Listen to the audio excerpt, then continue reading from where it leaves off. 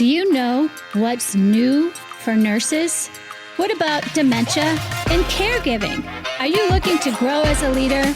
And what are the current healthcare leaders doing for you? Welcome to the Angie Graham Podcast. Welcome to the Angie Graham Podcast. If you're a nurse and you see systemic issues in the field that is affecting your career without a way to fix anything, what do? You'd have to create a new network for nursing yourself, like Lauren Davis. Hello. Hello.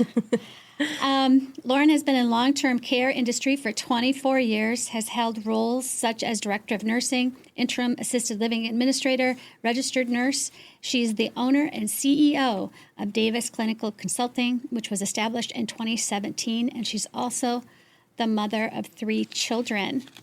Well, welcome to the show. Thanks for having me. So you're a registered nurse who started a consulting firm for nurses. So tell me about that. So, like you said, I have a lot of background in long-term care. Started as a CNA and moved my way up through the food chain and became a director of nursing, MDS nurse.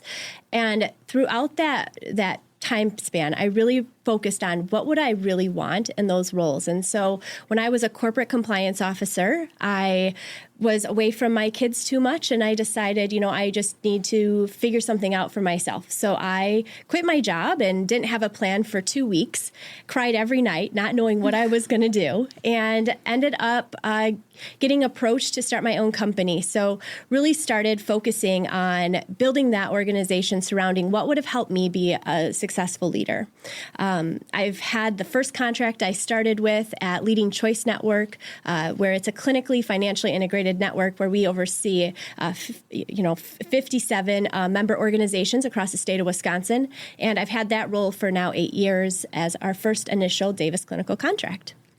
How exciting. It was such great timing, a little nerve-wracking in the beginning, not knowing what I was going to do, but this has really been my passion in long-term care, and seeing all the leadership changes that have occurred, and thought I could do so much more for long-term care than working at a single site, but really helping multiple organizations at one time, building different programs. I love that. It's so needed. Yes. So needed in the industry, for sure. What did you see happening in the industry that you thought, hey, there needs to be more consulting? So I think with my first role as a director of nursing, I was the 6th director of nursing in a 1-year time span. And so when they offered me that role, I was like, you should probably just fire me now. I've never been a DON. I don't really know what I'm doing. I felt supported, but also thrown to the wolves a little bit and kind of learning that role. And so I felt building a leadership type consulting company where we're not just coming in and giving you a report of everything that needs to be done, but really helping fix those problems and become, a partner in that organization to help dig new leaders out of those holes that they might have acquired, or just supporting them throughout their roles, because leadership is so needed in the long-term care space. And I feel a lot of times people come in thinking that it's not as hard as it is. And so having that support system, especially in those standalone facilities, I think is so important. Right. For sure. What was your primary goal in consulting with businesses or individuals?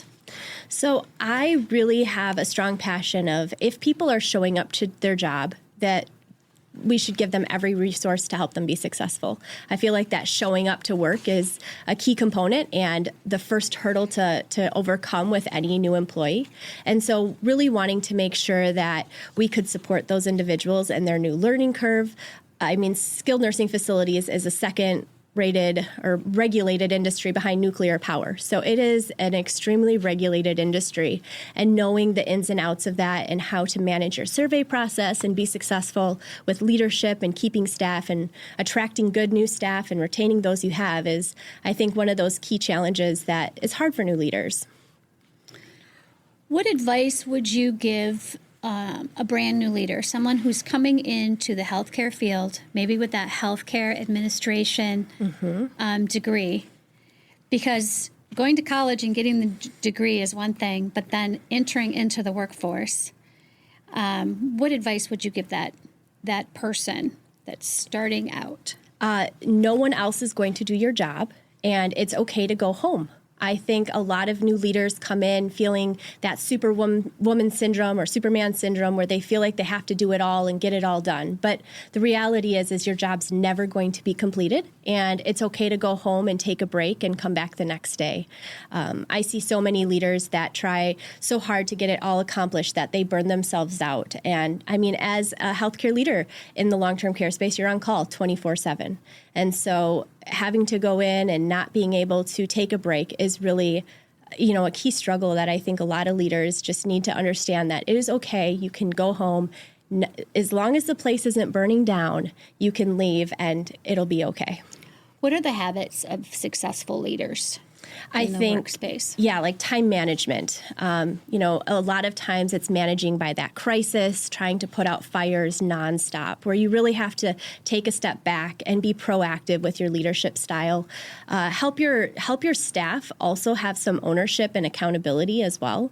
I feel like as a leader, there's that tendency to want to have to be involved with every decision, where you can really, if you have good people in place and you trust their abilities, you can really step back and say, I trust you're going to make a decision that you feel's best. And if it doesn't work out, it's okay. We can always reevaluate that. But I think giving up some of that control is... Delegate. Absolutely. No way you can do it all. No. There's no way. No. And if you do try, it's just a constant battle and you feel like you're never good enough. I think also identifying priorities. I think new leaders have a hard time identifying what is a priority and what isn't, because what you spend your time on is a choice. Absolutely. So then it's trying to determine what are the best things to spend my time on. Because I have seen people literally work themselves to death. Yeah. But they're not working on the right things. Right. Or you go home after work and you're like, I did absolutely nothing today. That's just not a great feeling. Yeah, because you can stay busy. Right. But you may not accomplish the things that are most important. Absolutely. So are you seeing more young people entering the field, or what do you see? Are the young leaders going someplace else? What do you see in the industry happening? I think it's a combination. I think healthcare is one of those industries you really have to be passionate about, especially in the long-term care space if you're going to make it, because it is a very taxing and time-consuming role, especially in the beginning. I feel that, that first 15 to 18 months is really what you're going to need to make good building transition, have good staffing, and being able to have a workplace that people want to come to.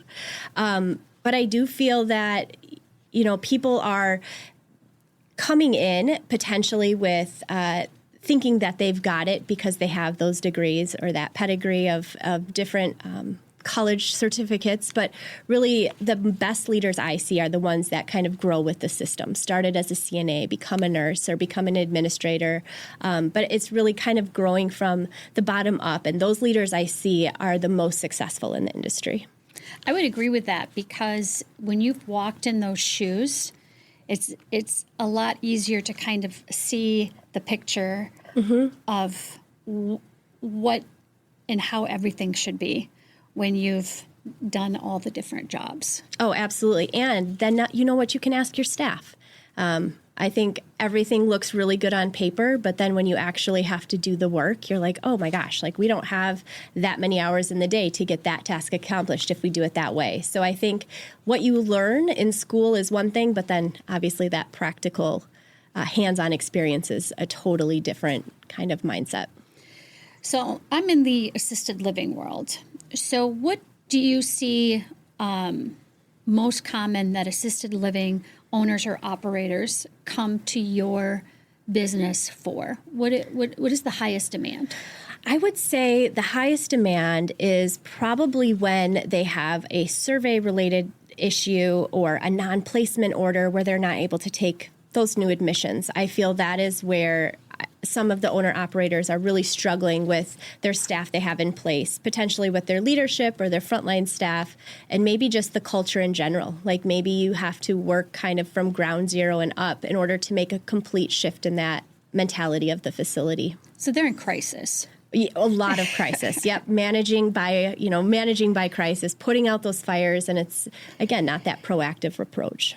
Would you like to see more people come to you before they're in crisis? Oh, absolutely. The struggle is, it's hard to invest in a consulting firm when you don't have an immediate need. I think if more people took that proactive approach, did more mock surveys, had their policy procedure manuals reviewed, or chart audits or employee file audits, ahead of time, I think we could solve a lot of the survey-related items. But again, you have to invest in that in order to make your building successful. And I think owners will sometimes put a lot of trust in their administrators in the building. Absolutely. That they have things in control. And I do think it can sneak up on an owner, especially if they're not familiar with the industry. Yeah, and I think that the people who are in those roles are really trying to do the best they can. And with the knowledge they have and with what experience they have, I feel like if they're showing up every day, like they have good intentions. I always say when I teach my leadership courses, no one shows up to work saying, I'm going to mess up today. Nobody comes to work thinking that. So I think that with those leaders, it's just giving them the tools and resources and knowledge to help them do better.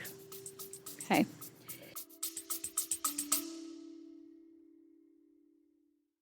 We're Talking About It is brought to you by Our House Senior Living. Visit us at ourhouseseniorliving.com. The future for assisted living and skilled nursing, what do you envision that to look like in the next 5 years?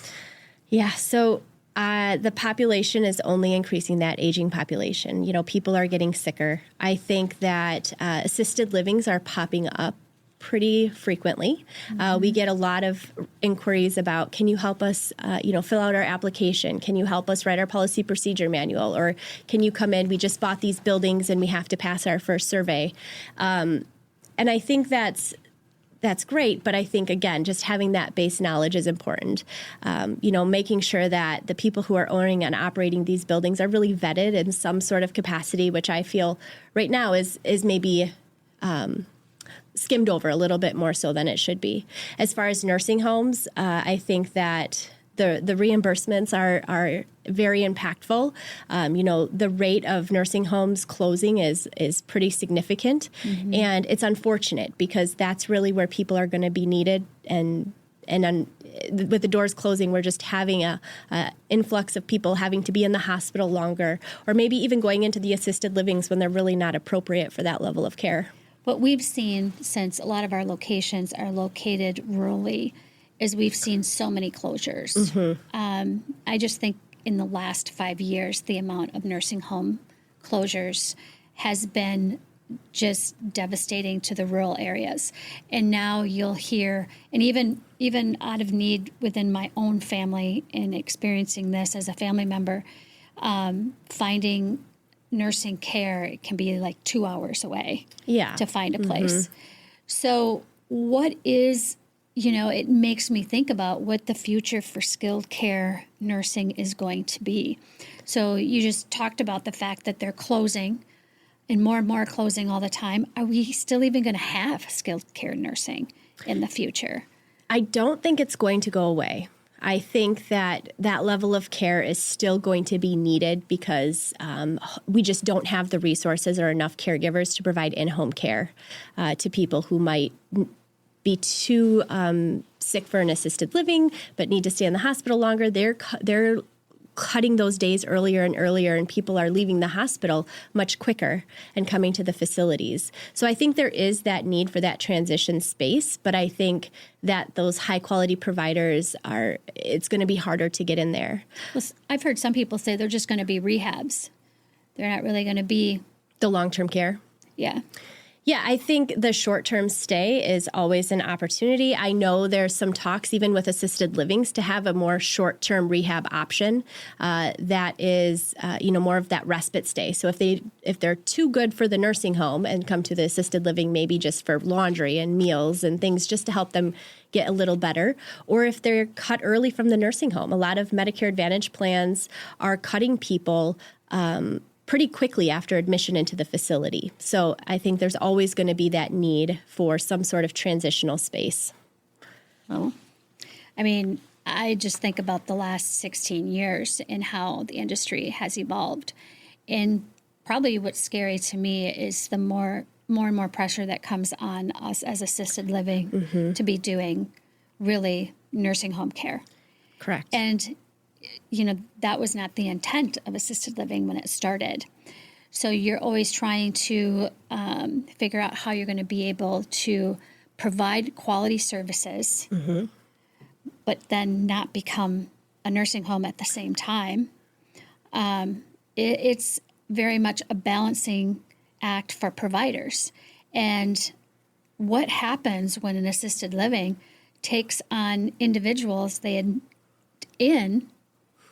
they're not prepared to care for? I mean, isn't that where the disaster happens and you guys come and try to help them? That is the start of the disaster. Yeah. So I think, making sure that those assisted livings have really good assessment processes, because once you take someone into your facility, as you probably know, they're yours. Correct. It is very difficult to get people discharged from your facility because maybe your team didn't do a great nursing assessment or an assessment prior to coming, and now you have to figure it out. Wishing there was more collaboration in those types of situations where then maybe those providers or those managed care organizations could really help find alternate placement faster than that process usually takes. But those people still need care, whether or not you can provide it or not. So you have to figure out and problem solve, how can we get them what they need? So it becomes the responsibility really of the administrator or the ownership to know what they can do and what they can't do. Absolutely. And they can't say yes to everyone. No, heartbeats do not meet admissions. Correct. We have quite a few requirements that an admission has to meet for us to take, and we have a long list of things that we just do not take. Yep. Because we know we can't do that, and we don't want to jeopardize our license or put our license in jeopardy. So, how do you think that as an industry, as assisted living administrators and operators, what could we do to head off some of these catastrophes that we do see happen where assisted livings are taking individuals that they really should not be trying to care for? Yeah, and so this is kind of what I always talk about when I present on this exact topic, is there has to be some sort of assessment tool standardization, because your facilities probably assess people in a very thorough, in-depth way, but then maybe your friends down the street have a one-page assessment where it's just check boxes, and who knows who created it and if it's even covering those things that need to be asked. So I am a strong believer that would not only assist with that catastrophe of admitting people who aren't clinically appropriate, but then also be able to assist with helping getting better reimbursement or ensuring that you have appropriate staffing levels. Many owner-operators have not worked in the healthcare field. They might be real estate investors, and they're hiring people to manage this.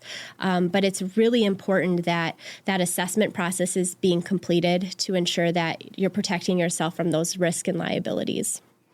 Absolutely. And the assisted living is a great business investment, but you also have to know it's not for the weak of heart. You have to have someone that can know all of the rules, the regulations, the requirements, and what it's going to take to actually, the operations is a whole nother thing. You can go buy a building, but then to operate it successfully, you have to have the right people in place. And that's where you guys come in, and it would probably make your job much easier to be able to come in on the front end versus once they're in crisis. Yeah, as you said. Yep, that helps everybody. And it's just a better risk mitigation standpoint as well, because with taking people you're not capable of taking comes lawsuits, and comes bad surveys, and comes poor reputation in the community, which is probably the worst that could happen, because then who wants to come work for you with a bad reputation, and who wants to admit their loved one to a facility?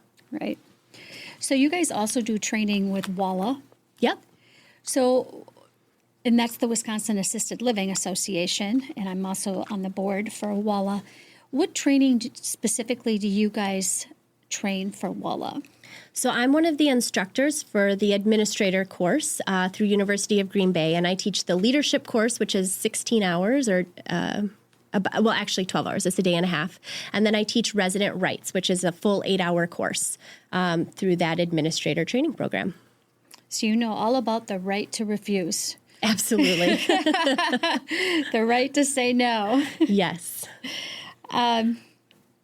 Important information. I know WALA does a great job with all of the training that they have available for providers. And I just want to encourage anyone who's an assisted living provider to be taking part of their training.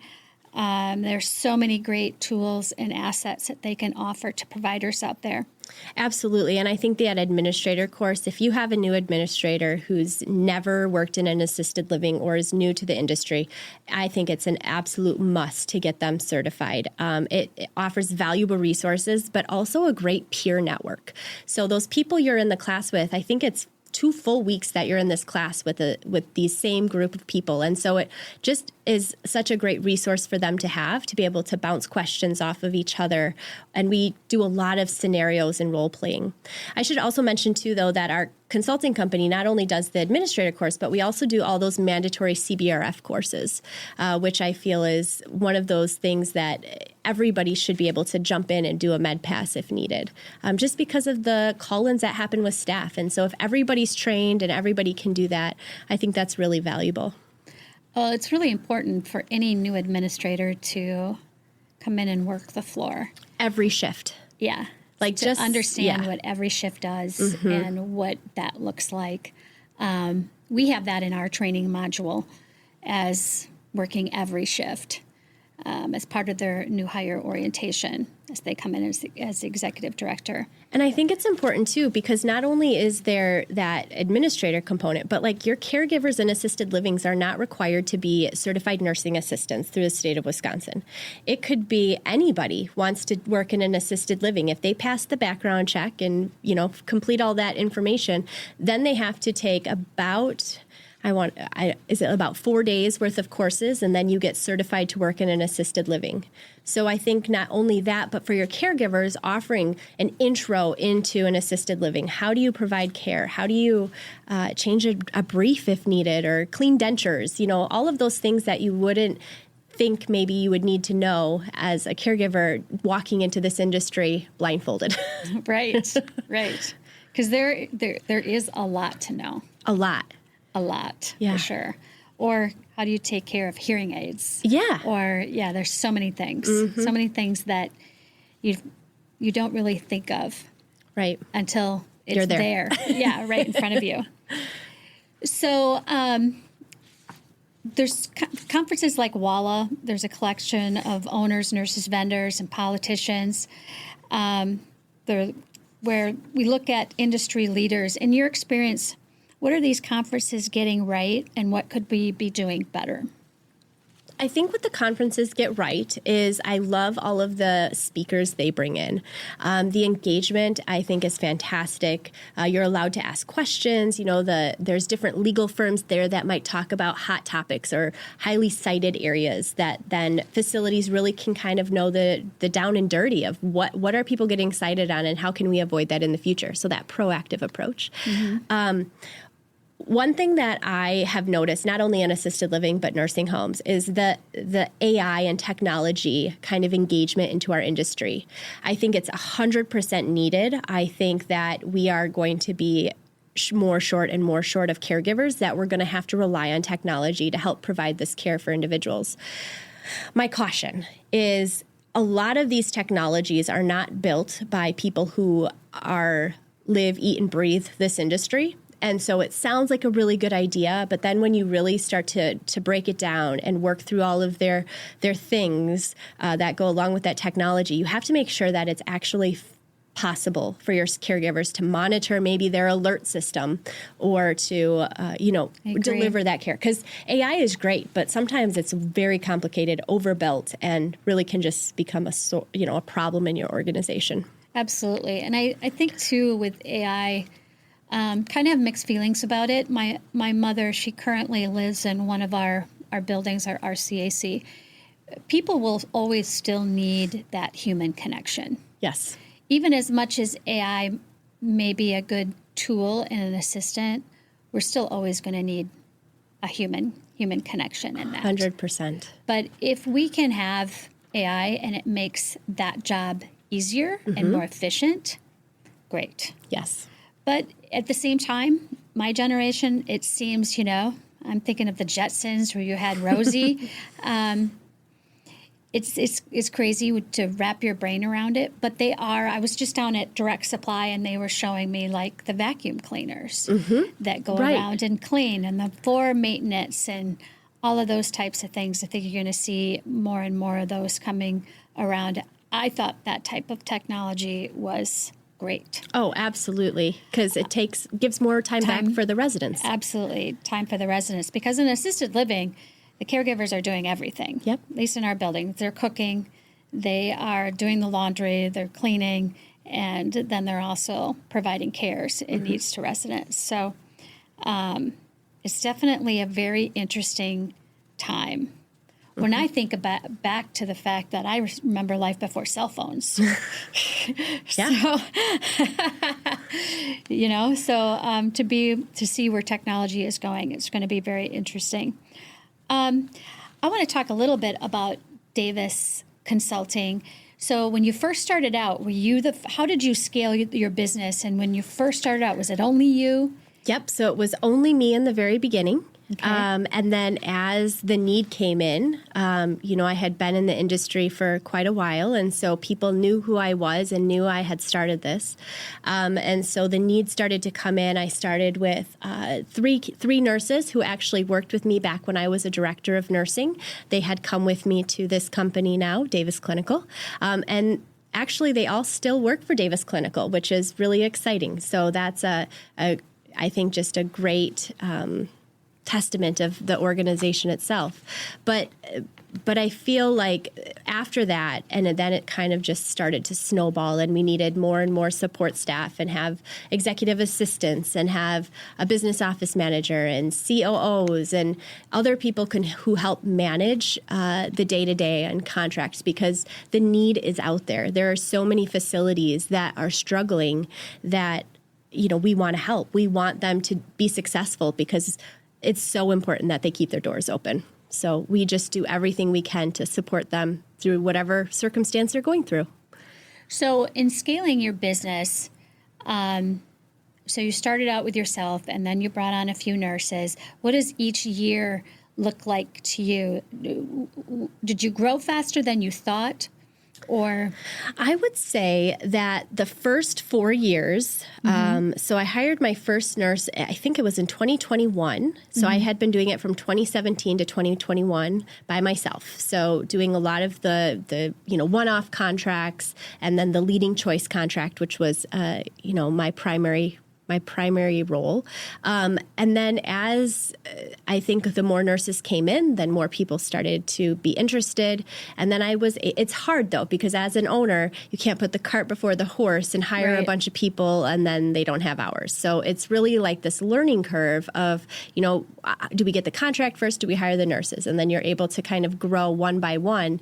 And today we're up to 50 employees, which is fantastic. Yeah, and it's very exciting to just see how the business went from just Wisconsin and then kind of expanded to Illinois. And now we're national. We're all over the place, and we have consultants in many different states.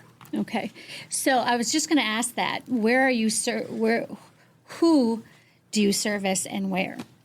Yeah, so we can serve all 50 states. We do nursing homes and assisted livings across the board. So doesn't matter what state you're in, we're able to then, be nimble and learn those regulations if needed, and be able to support the different facilities. Nursing homes, federal regulations are easier because all of our consultants have worked in the industry as an operator at some point in their career, because we really wanted to make sure that we're hiring people who really knew what was going on, what's possible of the staff, and what are their struggles. We hire a lot by referral, which is nice. They refer their friends to work for us or colleagues, and that is also very helpful because then we know who we're getting as far as employees. But as far as learning the different regulations, I think assisted livings is a little bit more challenging in the fact that every state does it differently. Mm-hmm. We have the good basis because we're all caregivers. We understand that, but each state is a little bit different. And same for nursing homes, but not as, I would say, varied. Okay. Are you seeing more need from nursing homes or from assisted livings? Both. I would say it's equal. I actually have two COOs. I have Angela, who manages all of our skilled nursing facility contracts, and then I have Maggie, who does all of our assisted living contracts. So our organization is really split that way. Our consultants, we hire assisted living consultants, and then we hire skilled nursing facility consultants. Some of them cross over because we always like to cross-train, but really we have the experts in each side of that industry. So if someone comes to you, and because I'm on the assisted living side, so ask more assisted living side of things. If someone comes to you and they have a citation from the state and now they're closed for admissions, mm-hmm. how long? And they say, okay, we need help cleaning all this up. We need a plan of correction. How long does that take for you guys to work with them? Is that a 3-month contract, a 6-month contract? What does that scope of work look like? Yeah, so when it is a directed plan of correction from the state, that means that the state has come in. Usually this is a repeat citation multiple times where the state says, okay, you need to bring in extra support. So then they require them to hire consultants. We prefer and highly encourage owners to do a 90-day contract. We do a full 30 days on site where we're really working with the team, kind of figuring out, what do we need to help them with more individually. And then we're able to taper down, usually. It just depends on the contract specifically, though, especially if they're going through leadership transition. That always adds additional challenges. But we can provide those additional support and also be the ones to fix it. So we have, we can come in multiple different angles, again, to help that building get back open. Yeah, and that's usually the owner's biggest concern is getting back open mm-hmm. as soon as possible. Yeah, and I would say this situations. Yeah, and the state agencies know us. We work with a lot of those buildings that are in those situations. So we submit letters to the state saying that that we've accepted this challenge basically, and we will help them get corrected. By this time period or whatever those requirements in that letter might be. Okay, I know that the state has. I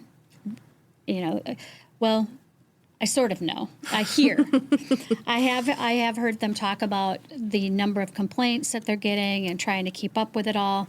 How can facilities be better at fielding their complaints before they get to the state level? Yeah, absolutely. And great question, because we actually signed a grant with Leading Age Wisconsin and WICA-YCAL, which is the for-profit side of the skilled and assisted livings. And for nursing homes in Wisconsin, we have this grant program through CMS where we have built an entire program that really helps organizations identify how to manage those grievances in-house so it doesn't escalate to the state level. I would say that the biggest thing as to why family members or residents will call the state is because they don't feel the facility did anything. And the facility might have done all of this stuff behind closed doors, but never followed up or closed that loop with the resident and family. And I feel if you have that down and you button that process up, that you can really mitigate a lot of those grievances or complaints going to the state agencies. Yeah. What we did is, because we had the same concerns. One of the concerns is the complaint going to the state before the complaint comes to us. Mm-hmm. So, I think that there's this information out there to consumers, call the state, call the state. Right. And what we implemented is implemented a QR code that we use at our buildings that says if you have questions or concerns, contact us. Yep. And they can click on the QR code. They have their name. They can choose their name or not to leave a name. Sometimes we get feedback and it's anonymous, But that was our attempt to try to, if there are concerns, first of all, we want to know about them. Because this happens to providers too, where all of a sudden states there, we're hearing a complaint, and we don't even know what the complaint, we've never even heard the complaint before. Right. So that was our attempt to try to, if there are concerns or complaints, it can get to us and we can hear about them because your locations are spread out. And in our case, we have a internal management group that we want to know if there are concerns with the location. So that was one of the ways that we handled it, and that's been really a powerful tool for us, especially nowadays when everybody has a smartphone. Yep, exactly. And they don't even have to call anybody. They can just click that QR code and bingo. Yeah, that's a really great idea. They get a hold of us, yeah. And we have rules about our response time, too. Like, we're going to respond to that within 24 hours or less, depending on when it comes in. But the goal is respond to those very quickly. Yeah, and sometimes it's just for that resident or family or staff just to be heard. And then usually you can problem solve, with whatever their concern is and talk about, what is an acceptable response that you would like, or what do you think we should do, just to help kind of put it back in their court a little bit to help them help solve the problem. We implemented that suggested training, too, from the state on how to deal with complaints. But I think a lot of executive directors don't want people to use the QR code. They just want to know about the concerns. So that brought a level of accountability too, that they do better follow up and with people and just open communication, keep the communication going. Would you say since you've implemented that QR code, you've seen a decrease in the state complaints? Absolutely. Yeah, absolutely, for sure. And I think it also gives an avenue for families to make a complaint. So if they've gone to the director at that location a couple different times and they don't feel like they're being heard, now they have a resource to go to. And granted, you could say, well, it's on the program statement on the bulletin board in the hallway. But when it's right in our entryway on a little framed thing, how are we doing, or contact us with questions or concerns, they walk in and it's right there all the time. And it's also a way for employees to get in touch with us too, and it definitely decreased the number of complaints that we got. But 31 locations, we're always working on a location. It's never 100% all the time. As soon as you think, oh, we got this one wrapped up, there might be another one. Yeah, and so it's the industry is never perfect, as you know. Things can change And so we wanted to know how and what was happening, and that was a really effective way to help reduce the number of complaints that were going directly to the state instead of coming to us that we could address. Yeah, it's a people business. We'll never please everybody. Correct. And with that, so once you get all that information, I'm assuming you do some sort of process improvement or track or trend all of your complaints to see, oh, we have a lot of food complaints. Do we need to look at our food vendor or things like that? Yeah, so depending on what right away, is it an investigation or not? Sure. That's one of the first things you have to field out is what is the complaint. And then document whatever was done with it, because at this point, they could have still called the state. So obviously, if the state does come in, we want to have documentation that this complaint came in and this is how it was handled, this is how we followed up. Because you never know, just because they're letting us know, it doesn't mean that they haven't already put in a complaint and the surveyor is going to be coming. So we want to make sure, that's saying if it's not in writing, it didn't happen. So we want to make sure that we document it. And then we want to make sure that we're following through and following up. And sometimes if something doesn't sound quite right, you got to go in and do an on-site evaluation and see what's going on. Sometimes you probably already have an indication if something's brewing there, and it doesn't catch us by surprise, but it's a way to communicate with families so that they know that we're aware and that we're working on it. And sometimes it can be as like we don't have enough variety in desserts. It can be that kind of feedback. Yeah. And sometimes it truly is feedback, and we appreciate that. Or we're serving too much soup. Or, it can be something just like that. But they know that it's being heard, and we're hearing them, and we're communicating back to them. So it's been a good tool. Yeah, and I think for those people who are listening who maybe aren't in the industry and more are the family members, I think it's just important to know that the assisted living and nursing home, we have to follow very strict regulations and guidelines about when we have to report, our investigation process, follow up, if we have to involve the police. It's a very intense process that I think a lot of times gets done all, again, behind closed doors. And a lot of those things, we don't share with the families that we can't. Investigated and interviewed every resident and every staff member. But I think just know that there is a lot of things that go into that. And if you don't hear back from your leader, instead of calling the state, maybe just make another phone call. I agree. Because there's so much information that you can't share. Yep. And they think, well, when the answer is we're looking into it, they think that means we're not doing anything. Correct. Where usually behind the scenes, it takes days and days to interview everyone. Oh, yeah. And it's a get big through process. An investigation process. But yeah, I do think that sometimes as a leader of an organization, sometimes we don't follow back through like we should. It's always a reminder, make sure we follow back up. Even though we can't give a lot of information, we can at least say we have some action plans in place. Yep, exactly. We've interviewed everyone. These are all the steps that we took.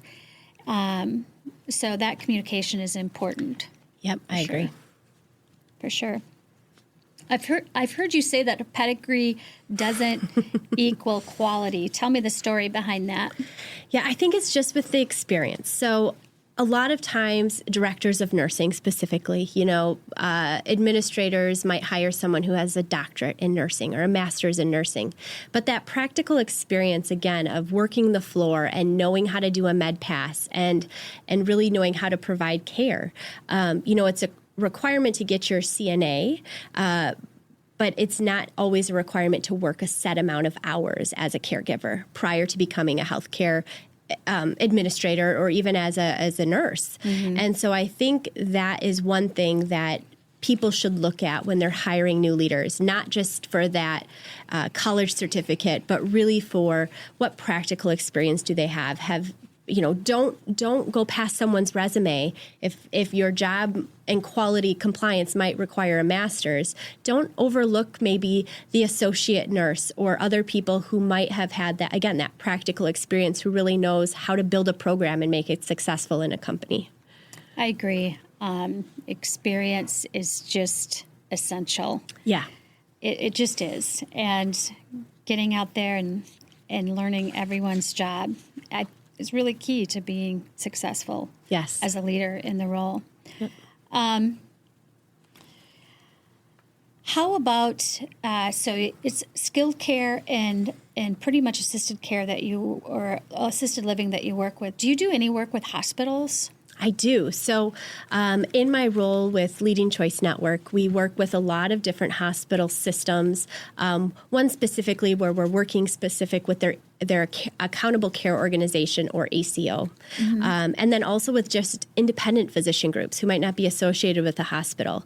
But what really helps all these organizations is if there are standard processes on how you handle certain situations, a readmission back to the hospital. I don't know if people are listening, have heard about this readmission penalty or things like that occur. So people are trying to treat in place as much as possible. But sometimes that's not always the best choice for the patient. And so facilities really have to figure out and work with their providers to determine what can we do in-house versus what can we have to send to the hospital for. I think, again, building those clinical skills is important, not only in the assisted living, but in the nursing home. A lot of tasks can be delegated to assisted living caregivers that in the past you might never think, someone with a tube feeding can go to an assisted living, but absolutely they can. You just have to have the training and resources. And then with the hospital systems, they have this backflow of patients who are in the hospital for way too long because no one will take them as a new admission because of whatever reason.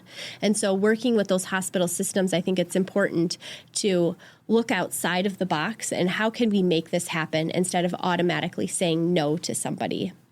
Because we are a human business. And if you put yourself in that patient's shoes who's maybe been in the hospital for 2 years, that's not okay. We have to figure out how can we provide care for these individuals who might be outside of our comfort zone. Okay. What kind of acuity might you see in someone who's been in a hospital for 2 years? So I think, one of those situations is the bariatric population. I feel that is a big struggle for not only nursing homes, but assisted livings. Just because someone is, obese or weighs, 500 plus pounds, still the hospital is probably not the best place for them. So how can we help organizations or provide additional funding through contracts? Or how can we help support facilities take people who might, like I said, be outside their comfort zone, paying for those bariatric equipment type items for those individuals in an assisted living and nursing home? That's a tough one because we have been approached so much about taking bariatric, and we always say no. We just don't feel that we can provide that level of care. But at the same time, I'm sure it's something that there's an increase in, and I always wonder, where do they go? I just assumed it was nursing home. I didn't realize that they could still be in a hospital somewhere. Yeah. That's incredibly sad, honestly. It is sad. And everybody in these situations need care. And so we have to get creative with our hospital partners, maybe, from that funding structure. Maybe it's a funding related, or maybe it's caregiver related. So maybe there's an opportunity for insurance companies to help support that in the assisted living or in the nursing home in more of a contractual way where you get reimbursed a higher level if you have to provide more staff members for their care needs or equipment needs. Yes. I think the challenge is just having a facility that can accommodate those needs. The size of the beds and the wheelchairs and access to the bathrooms absolutely. And the showers and the assistive equipment and that's all levels of care. There's that size related issue that it's really hard when you're structurally confined to you can only fit a certain size wheelchair through the door. Right. Right. Very hard. Well, it's been great to have this conversation, and I'm so glad that you started a company. And Me too. You're making so many great contributions out there to the industry and there's so much need. And I know there's need because I get random calls from time to time saying, there's a building in your community. Can you offer any? I've gotten calls from owners or investors that want me to give them advice, and I redirect them. To Davis Clinical. I redirect them because I can't, but I will help you find someone who can. So I do know that there is a need out there. And I also know that things are rapidly changing all the time.